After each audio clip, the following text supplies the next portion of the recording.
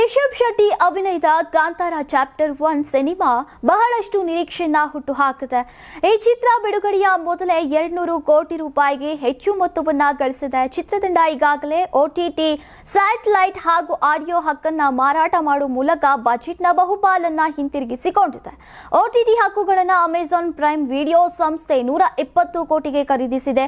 ಎಲ್ಲಾ ಭಾರತೀಯ ಭಾಷೆಗಳ ಸ್ಯಾಟಲೈಟ್ ಹಕ್ಕನ್ನ GTV 80 ಕೋಟಿಗೆ ಪಡೆದುಕೊಂಡಿದೆ. ಈ ಮೂಲಕ ಕಾಂತಾರ ಚಾಪ್ಟರ್ 1 ಈಗಾಗಲೇ 200 ಕೋಟಿ ಕ್ಲಬ್ ಸೇರಿದೆ.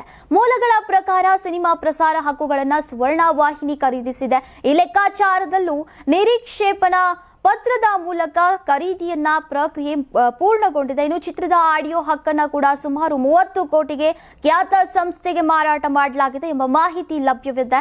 ಆದರೆ ಈ ಬಗ್ಗೆ ಇನ್ನೂ ಅಧಿಕೃತ ಘೋಷಣೆ ಆಗಿಲ್ಲ. ಇನ್ನು ಪ್ರೀಮಿಯರ್ ಶೋ ಹಾಗೂ ಬಿಡುಗಡೆಯ ವಿವರಗಳನ್ನ ನೋಡೋದಾದ್ರೆ ಅಕ್ಟೋಬರ್ 1ರಂದು ಸಂಜೆ ವಿಶ್ವದಾದ್ಯಂತ ಭರ್ಜರಿ ಪ್ರೀಮಿಯರ್ ಶೋ ಆಯೋಜಿಸೋಕೆ ಈಗ ಚಿತ್ರತಂಡ ತಯಾರಿ ನಡೆಸ್ತಾ ಇದೆ. ಇನ್ನು ಮೊದಲ ವಾರದಲ್ಲಿ ಸಿನಿಮಾ 5 ಪ್ರಮುಖ ಭಾರತೀಯ ಭಾಷೆಗಳಲ್ಲಿ ಹಾಗೂ ಇಂಗ್ಲಿಷ್ನಲ್ಲಿ ಮಾತ್ರ ಬಿಡುಗಡೆಯಾಗಲಿದೆ.